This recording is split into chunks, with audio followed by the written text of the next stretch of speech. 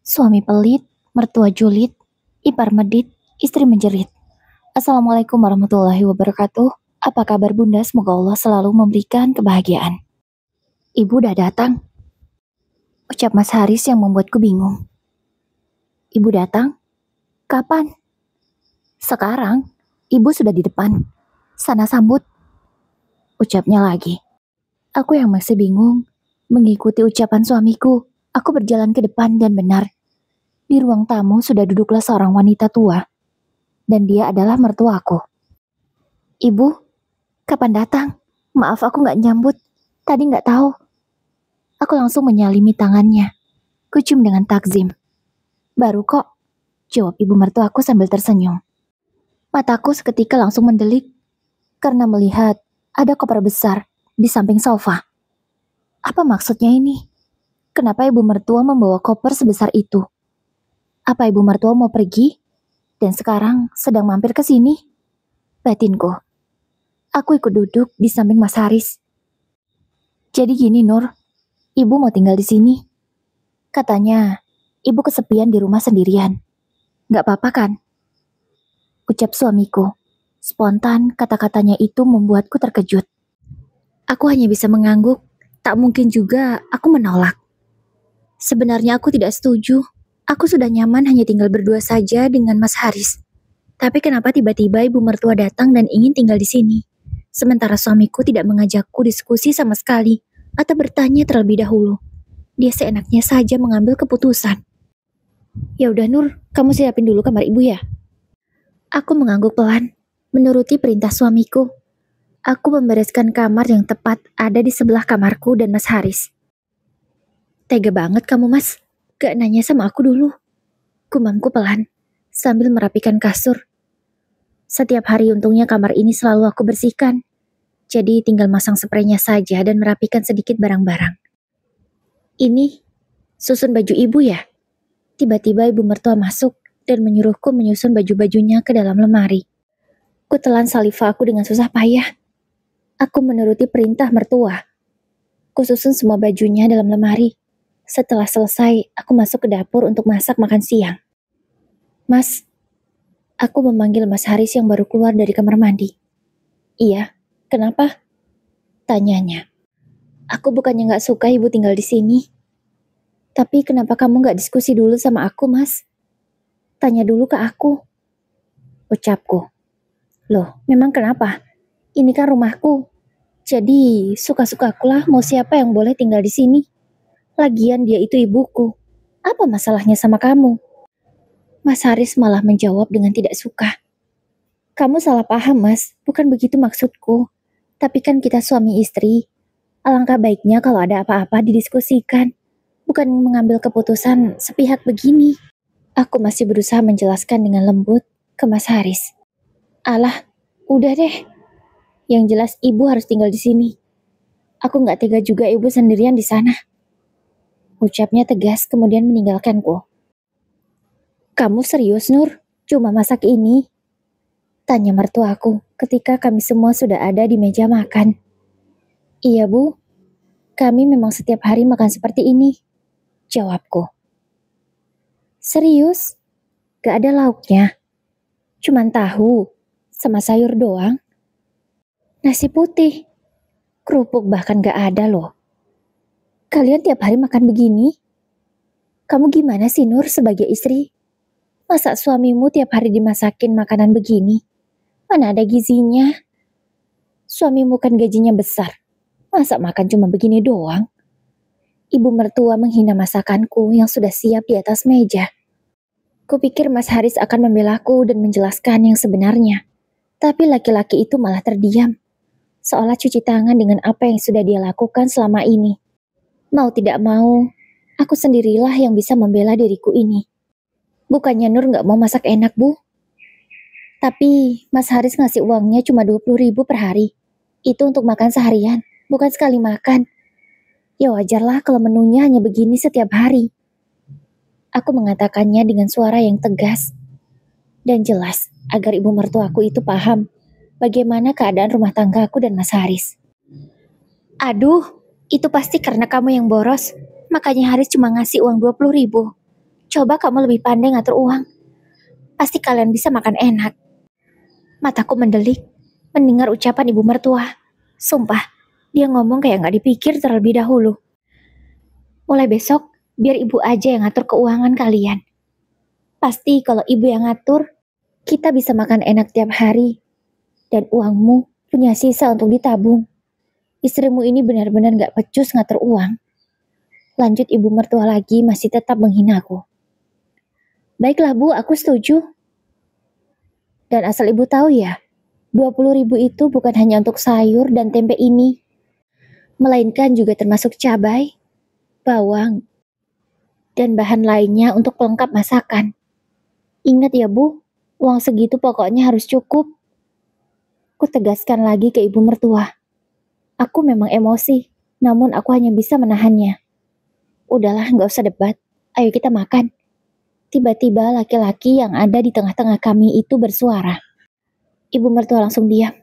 Segera mengambil nasi, tempe dan sayur, serta sambal yang sudah aku buat. Ya ampun, ini sambal atau apa sih? Dikit sekali. Lagi-lagi ibu mertua menggerutu. Bu, ibu tahu nggak harga cabai itu mahal? Lalu ibu berharap dapat berapa banyak? Dengan uang 5.000 rupiah. Jangan-jangan ibu nggak pernah belanja ya? Jadi nggak tahu harga? Sindirku. Enak saja. Ibu itu lebih pandai daripada kamu. Ibu tahu kok harganya. Sudah, ibu malas debat sama kamu. Ucap ibu mertua. Kami semua makan dalam diam. Tidak ada yang bersuara. Setelah selesai, anak dan ibu itu langsung ke ruang tamu untuk menonton TV. Sementara aku harus mencuci piring kotor terlebih dahulu. Keesokan paginya, ini uang belanjanya, ucap Mas Haris sambil memberiku uang 20.000 rupiah seperti biasa. Kasih ke ibu aja Mas, kan kata ibu kemarin iya yang mau belanja, ucapku. Ya udah, Bu, ini uangnya. Aku taruh di atas meja ya, ucap Mas Haris. Karena ibu mertua sedang ada di dalam kamar dan kamarnya dalam keadaan tertutup. Tak lama kemudian ibu mertua keluar. Haris, kamu serius? Cuman ngasih uang 20.000 untuk belanja? Ibu mertua yang melihat uang pemberian Mas Haris malah langsung bertanya. Emang biasanya segitu, Bu? Jawab laki-laki itu singkat. Dapat apa 20.000, Riz? Tambahinlah, minimal 50.000. Baru bisa makan enak, ucap ibu. Aduh Bu, gak bisa. Aku gak bisa nambah budget uang belanja harian. Pokoknya cukup gak cukup. Satu hari untuk makan hanya 20.000 khusus lauk. Kalau beras, minyak goreng, gula, teh dan kopi, itu urusan lain lagi. Termasuk juga listrik. Udah ya Bu, aku berangkat. Takut terlambat. Mas Haris segera berpamitan dengan ibunya. Kemudian berpamitan denganku. Melihat ibu mertua yang kebingungan sambil memegang uang 20.000 itu, aku hanya bisa mengulum senyum. Kemudian ke dapur untuk lanjut beres-beres rumah. Beberapa saat kemudian, Nur, masak nih, ucap ibu. Iya Bu, sebentar. Aku mencuci tangan, karena baru saja selesai mencuci baju. Ibu beli apa? Tanyaku antusias dengan apa yang ibu mertua beli. Cuma dapat itu, jawabnya, sambil menunjuk kantong resek hitam kecil di atas meja makan. Aku memeriksa apa yang baru ibu mertua beli. Telur 5 butir, bawang sedikit, cabai sedikit. Cuma ini Bu. Wah, kalau ini gak cukup Bu untuk seharian, kataku mengomentari barang belanjaannya. Ya udah sih kalau gak cukup, nanti minta uang lagi sama Haris, jawab ibu enteng, kemudian meninggalkanku. Selesai menjemur pakaian, aku baru masak untuk makan siang. Bu, makan siang sudah siap. Aku memanggil ibu mertua karena memang waktunya sudah untuk makan siang. Ibu mertua segera mengambil 2 butir telur, memindahkannya ke dalam piring, memakannya dengan lahap, sampai nasi dan telurnya habis. Sementara aku hanya mengambil sebutir saja. Sore harinya ketika suamiku baru pulang kerja, aku menyambutnya seperti biasa. Namun tiba-tiba ibu mertua keluar dari kamar. Riz, Ibu minta uang lagi dong. Ibu nggak mau makan malamnya pakai telur itu lagi, ucap ibu sambil menengadahkan tangan. Nggak bisa, Bu. Pokoknya budget belanja harian cuma 20.000. Kan sudah kusampaikan pagi tadi, jawab Mas Haris. Tapi ibu mau makan dengan lauk yang baru. Nggak mau itu lagi. Telurnya biar dimakan sama Nur saja. Sudah sini cepat kasih uang ibu. Ibu tetap memaksa Mas Haris agar mau memberinya uang. Ya udah Bu, ini. Mas Haris dengan mudahnya mengalah dengan ibu.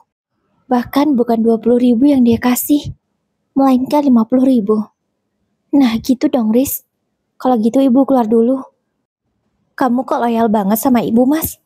Sementara sama aku langsung berkata demikian. Dia itu ibuku, wajarlah kalau aku loyal. Terus maksudmu aku apa? Aku istrimu Mas. Seharusnya kamu juga bisa memperlakukan aku sama seperti ibu. Aku terpancing emosi. Karena bisa-bisanya suamiku bicara demikian. Udahlah Nur, gak usah nuntut banyak. Aku capek. Aku gak mau debat. Mas Haris langsung meninggalkanku begitu saja. Sama sekali dia tidak memikirkan perasaanku. Baiklah Mas, kalau begitu cara mainmu. Beberapa hari kemudian. Ini Nur, untuk belanja, kata kamu beras habis. Token juga Mas dengar udah bunyi. Sekalian juga untuk belanja sabun, ucap Mas Haris sambil memberiku uang 200.000. Baru saja aku akan menerima uang itu. Ibu mertua dengan cepat langsung menyambarnya. Biar ibu aja yang belanja, ucap ibu. Ibu yakin? Tanya Mas Haris. Yakinlah, kamu meragukan ibu. Kalau istrimu itu gak pandai mengaturnya, sudah biar ibu saja. Lagi-lagi ibu meremehkanku. Ya sudahlah kalau memang dia yang mau belanja. Sore hari tiba. Udah jam segini ibu mertua belum pulang. Padahal sebentar lagi Mas Haris sudah pulang. Nah itu suamiku. Gumamku, karena motor Mas Haris sudah kelihatan. Ibu mana? Tanya Mas Haris lembut, mencari keberadaan ibunya. Loh, kok nggak tahu? Emang aku nggak tahu Mas ibu kemana? Sudah sore begini belum pulang. Padahal pergi dari pagi tadi loh. Oh gitu ya. Ya udah, masuk yuk. Mas Haris mengajakku masuk. Buatin kopi ya Nur. Capek banget. Ngopi dulu kayaknya seger. Perintahnya. Maaf Mas. Ibu kan dari pagi belum pulang. Jadi kopinya belum ada. Mas Haris mengerutkan kening mendengar jawabanku. Jadi maksud kamu, ibu belum beli kopi sama gulanya? Otomatis beras juga belum? Tanyanya. Aku mengangguk. Ya ampun, ibu kemana sih? Mas Haris mulai terlihat kesal. Aku hanya menikmati saja pemandangan ini. Laki-laki itu juga langsung membuka tudung saji, berharap ada makanan yang bisa dia santap. Kamu belum masak juga? Tanyanya cepat. Ya belum lah Mas, kan ibu yang belanja. Sampai sore belum pulang. Aku mengulang menjelaskan. Token juga belum diisi. Mas Haris semakin emosi. Ya belum lah Mas. Aku menjawab juga dengan nada kesal. Karena dia banyak bertanya padahal sudah tahu jawabannya. Assalamualaikum. Tiba-tiba ada seseorang mengucapkan salam. Dan itu suara ibu. Waalaikumsalam. Jawab Mas Haris dan aku kompak. Kami berdua juga kompak melihat ke arah ibu. Tapi di tangannya tidak ada satupun tantangan belanjaan. Ibu dari mana? Terus mana? Beras, kopi, gula, sabun, dan lain-lain. Tanya Mas Haris sambil berdiri. Ibu dengan polos menepuk jidatnya. Aduh Riz, maaf ya. Tadi begini ceritanya. Ibu pas jalan-jalan di sekitaran sini, disuruh mampir sama tetangga kalian. Ibu ngobrol-ngobrol lah di sana. Mereka nanya-nanyalah sama ibu. Dan ibu jawab, ibu akan lama tinggal di sini. Terus mereka ngajakin ibu arisan. Dan pas banget hari ini baru dimulai. Ibu tidak mau melewatkan kesempatan ini. Lumayan kan uangnya kalau dapat nanti. Jadi yang 100, ibu bayarkan untuk arisan. Terus yang 100 lagi mana Bu? Mas Haris bertanya dengan cepat. Penasaran kemana lagi 100-nya? Pulang dari rumah tetangga kalian, ibu jalan-jalan lagi niatnya mau belanja. Tapi malah diajak ngobrol lagi sama ibu-ibu itu. Akhirnya 50 ribunya ibu gunakan untuk mentraktir mereka makan jajanan warung. Terus 50 ribu lagi ibu pakai untuk membeli bakso karena mereka mengajak ibu untuk beli bakso. Ini sisanya 20 ribu. Tanpa merasa berdosa, ibu mengeluarkan sisa uang 200 ribu itu yang hanya tinggal 20 ribu, memberikannya lagi ke Mas Haris.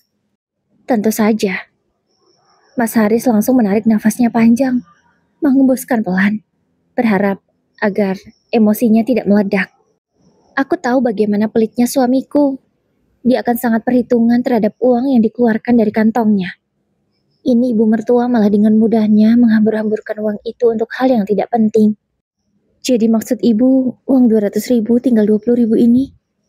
Mas Haris memastikan. Iya Laris, udah ya, ibu capek nih, seharian belum istirahat. Ibu mau mandi, terus mau rebahan. Pegel banget badan ibu. Ucap ibu, kemudian segera beranjak, masuk ke dalam kamarnya. Lagi-lagi suamiku hanya bisa menghela nafasnya. Aku yang melihat, hanya bisa tersenyum di dalam hati. Rasain, tuh, ibumu yang boros bukan aku. Ya selama ini aku yang dituduh boros, makanya hanya dijatah 20 ribu per hari. Padahal zaman sekarang dapat apa sih 20 ribu? Boro-boro mau makan enak. Bisa beli telur saja sudah syukur, tapi nggak mungkin kan makan telur tiap hari. Alhasil, aku selang-selingi dengan tahu tempe, sayur bayam atau kangkung. Ya itu saja yang aku masak. Kalau buat sop, cukup hanya untuk sop ceker saja. Ya udah Nur, ini kamu belanja Ki, beli beras, gula, kopi, token, dan apapun yang habis. Mas Haris memberiku uang 150 ribu. Mas, kayaknya kurang deh mas kalau segini. Aku mengeluh. Ya, sebenarnya aku tidak terima.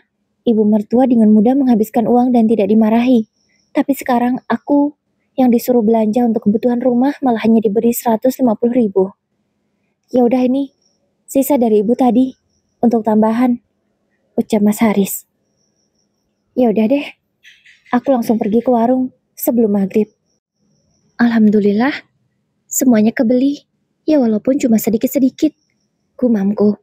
Segera ku bawa semua belanjaan ke rumah. Tak lupa sebelum masuk, ku isi token terlebih dahulu. Aku beli token 50 ribu. Ya memang biasanya mengisi segitu. Bisalah untuk 10 harian.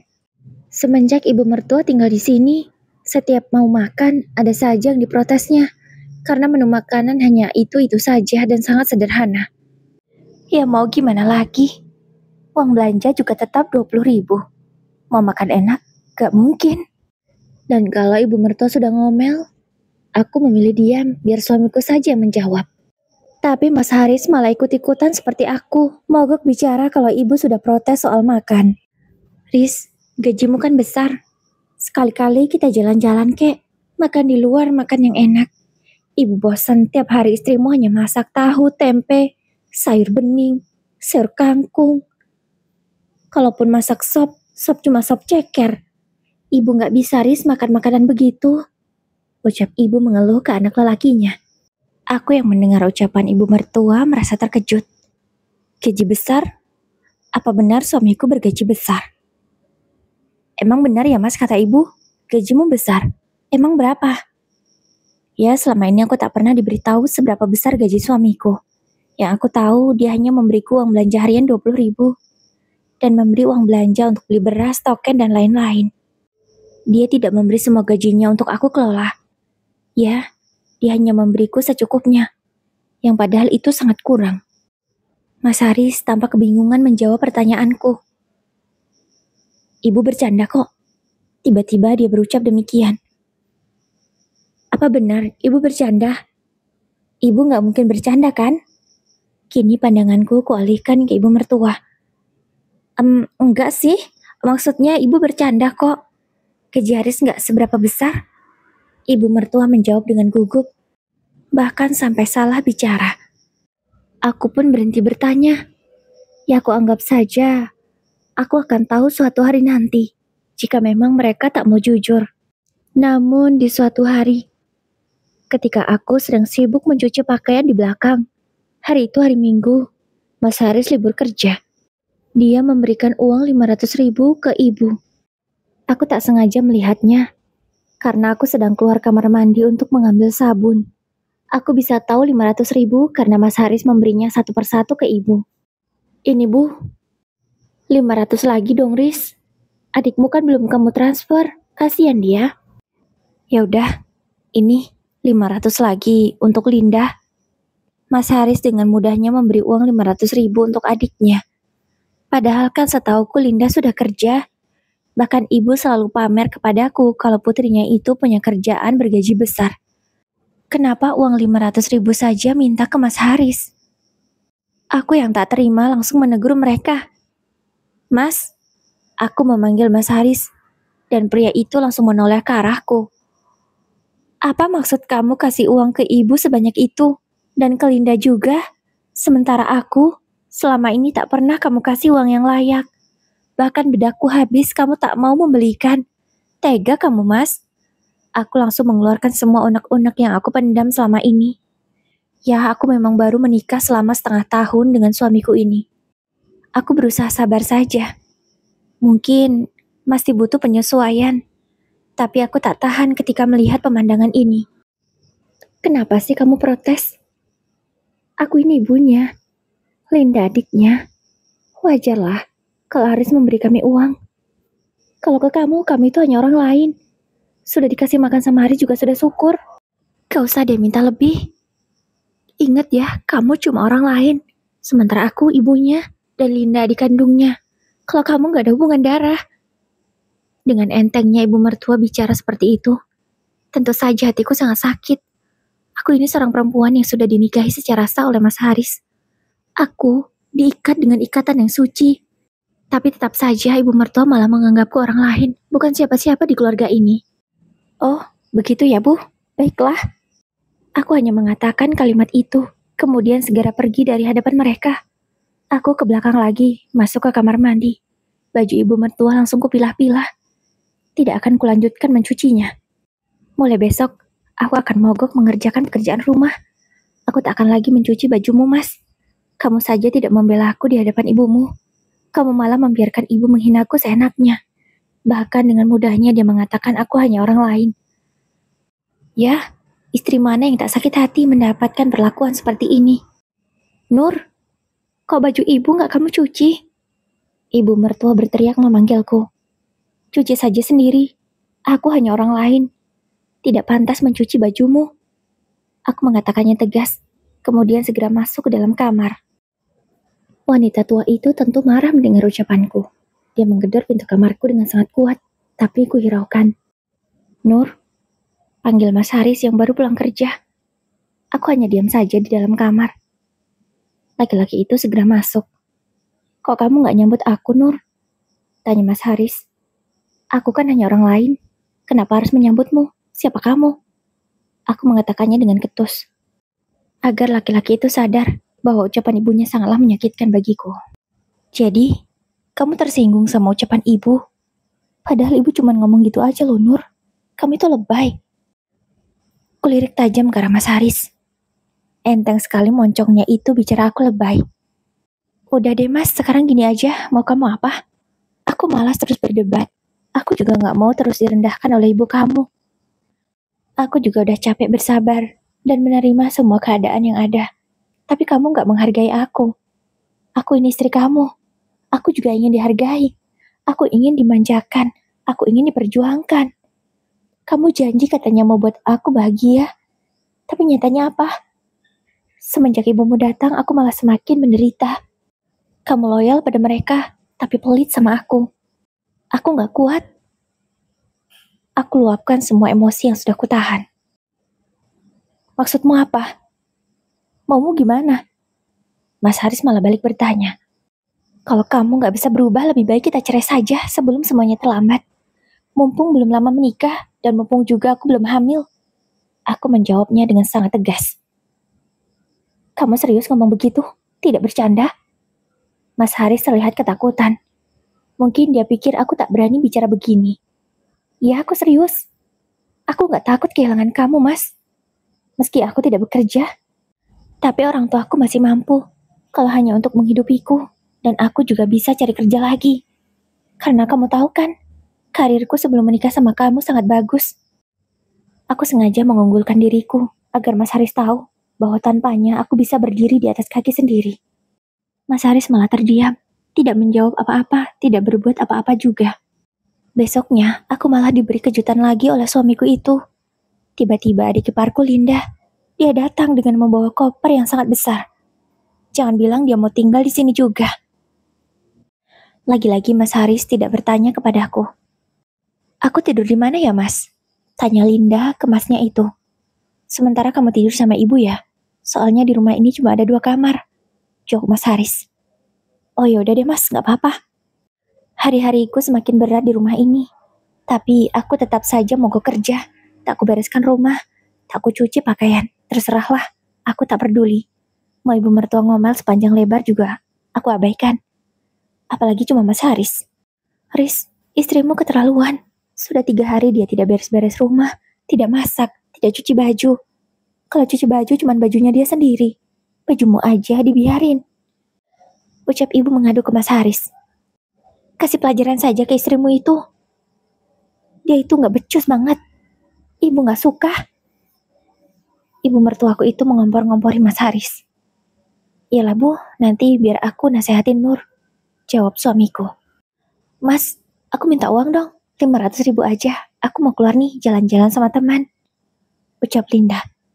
Dengan manjanya dia meminta uang ke masnya itu. Aku melihatnya sangat jengkel.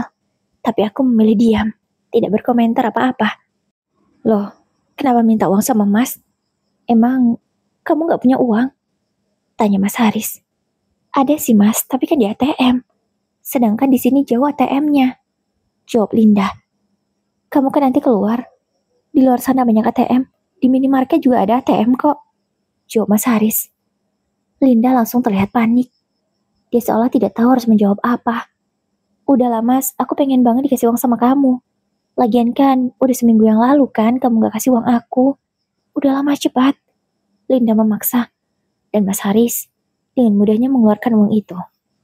Jangan boros-boros ya. Uang Mas tinggal sedikit. Gajian masih lama. Belum lagi ibu suka minta uang. Linda tidak peduli. Dia langsung mengambil uang 5 lembar itu. Kemudian pergi. Tidak berpamitan kepada Mas atau ibunya. Biarkan Laris, namanya juga anak muda. Pasti sukanya jalan-jalan dan jajan. Udah biarin aja adikmu. Toh gajimu juga besar. Ucap ibu. Bu, gajiku memang besar. Tapi kalau tiap hari minta uang ratusan ribu, cepat habis juga. Mungkin Mas Haris keceplosan, tidak sadar mengatakan itu ke ibunya sehingga aku mendengar dengan jelas. Tapi aku tidak peduli, aku memilih diam dan pura-pura tidak tahu. Ini sudah 3 hari, tapi tidak ada perubahan. Apa aku pulang saja ke rumah orang tua aku ya? Sudah cukuplah, aku sakit hati di rumah ini.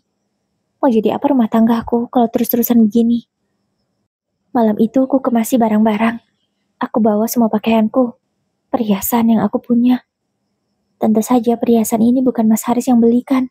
Tapi aku membelinya sendiri waktu aku masih kerja dulu. Kamu mau kemana? Tanya Mas Haris yang melihatku sudah menutup koper. Aku mau pulang ke rumah orang tuaku. Untuk apa juga aku di sini? Tidak pernah dihargai. Tidak dianggap juga kan sebagai menantu dan istri? Aku menjawab. Bukan gitu loh Nur. Nur, kembalikan semua baju-bajumu ke tempatnya. Perintah Mas Haris. Enggak. Sebelum kamu berubah, aku gak mau lakukan itu.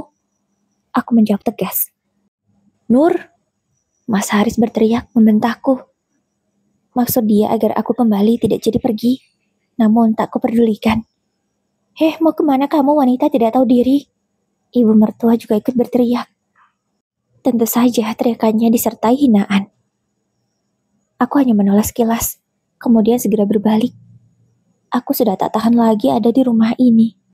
Gelapnya malam tak kuperdulikan. Aku terus berjalan semakin cepat agar Mas Haris atau ibu mertua tidak bisa mengejarku. Mbak mau kemana? Aku menyetop salah seorang tetanggaku yang kebetulan akan keluar dari rumahnya.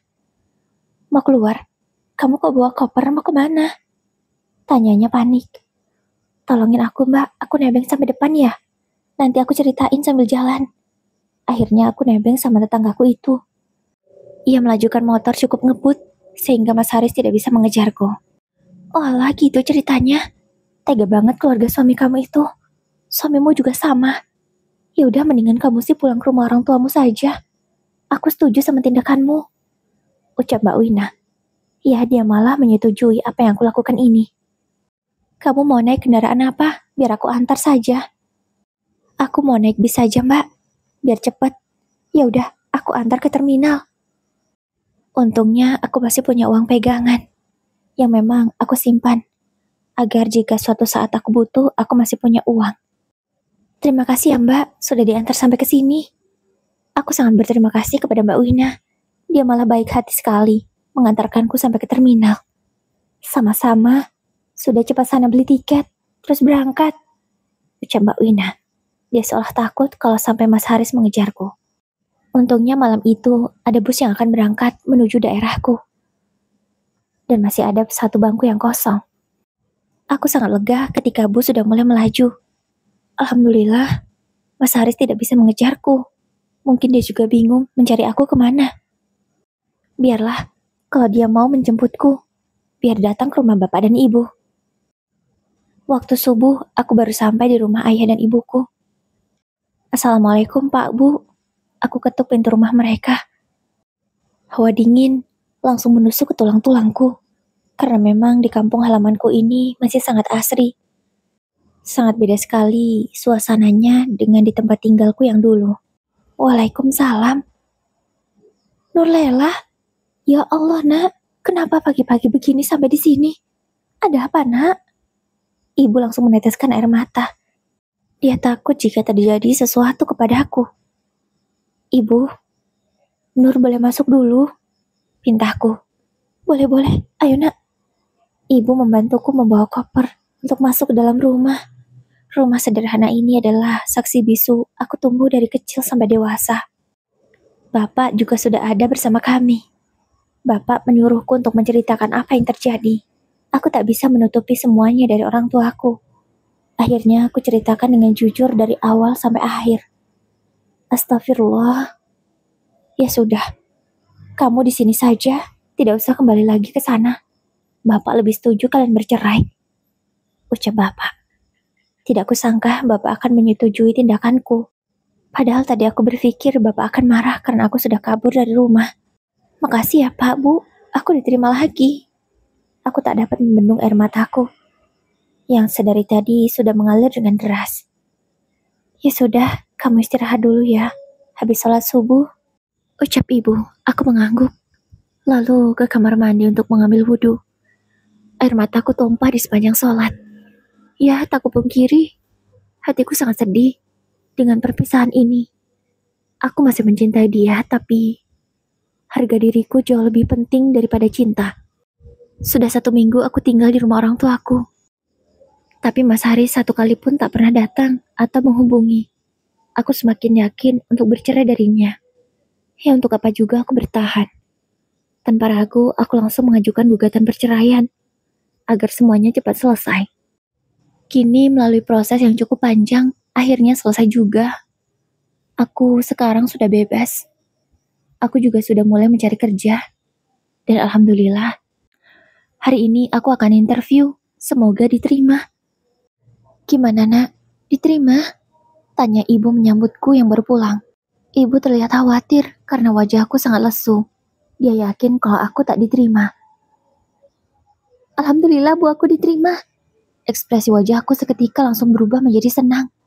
Ya aku sengaja ngeprank ibuku. Ya Allah nah, alhamdulillah kamu itu nakutin ibu saja. Ibu pikir wajahmu sedih kamu gak diterima. Kamu malah ngerjain ibu. Aku pun tertawa karena ibuku sangat lucu sekali kalau sedang ngambek. Kamu ini, ibu malu-malu. Ya beginilah kebahagiaanku bersama orang tuaku. Kebahagiaan sederhana, namun sangat berarti. Kami saling menghargai di sini.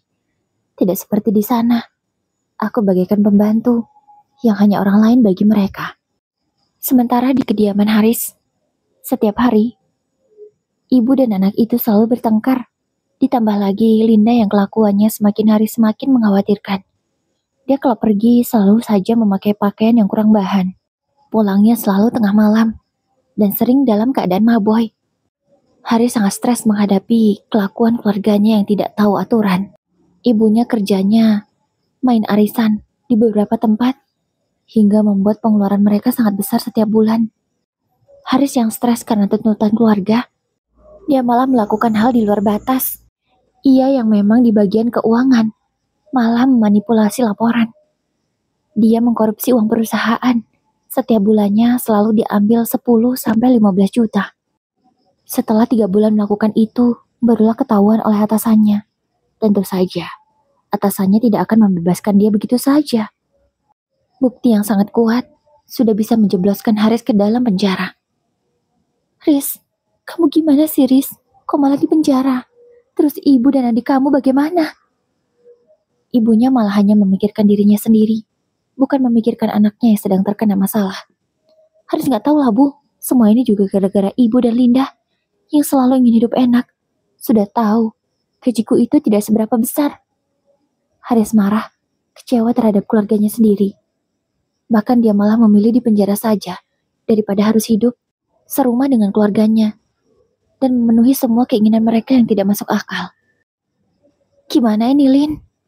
Kita nggak punya uang lagi, masmu udah di penjara. Ucap ibu ke putrinya. Aku nggak tahu, Bu.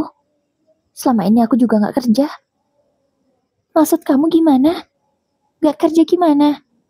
Linda sepertinya akan jujur terhadap apa yang dia kerjakan di perantauan. Yang dia bilang ke ibunya bahwa dia sedang kerja bergaji besar. Padahal nyatanya di sana, dia hanya menjadi wanita penghibur. Jadi maksud kamu cuma jadi ani-ani? Iya Bu. Gimana lagi Bu, di sana susah cari kerja. Cuma itu yang bisa aku dapat. Tapi akhir-hari ini lagi sepi. Gak ada satupun yang mau menjadikanku simpanan. Makanya aku gak punya uang. Akhirnya aku pulang deh ke sini. Udah deh Bu, Ibu tenang saja. Nanti kalau aku sudah punya uang, aku kasih ke Ibu.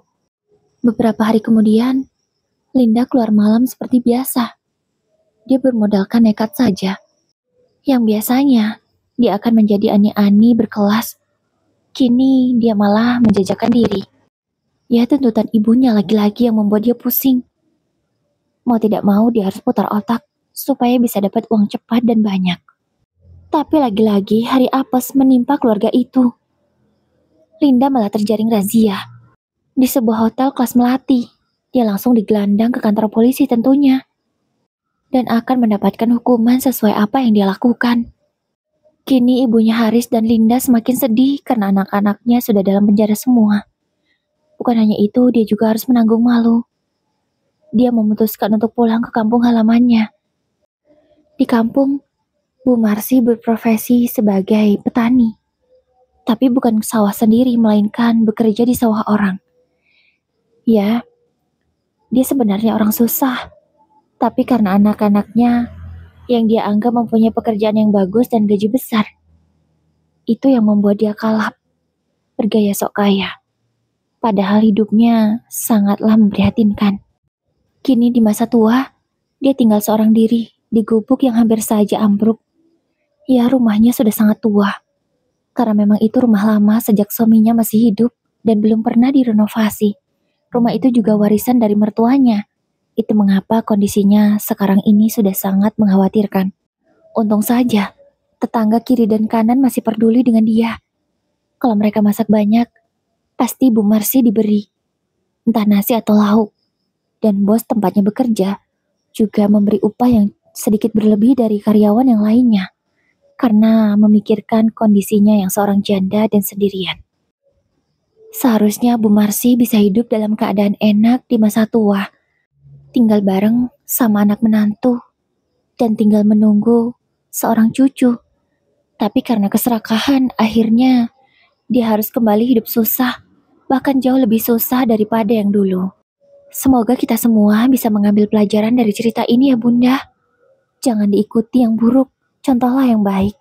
Wassalamualaikum warahmatullahi wabarakatuh.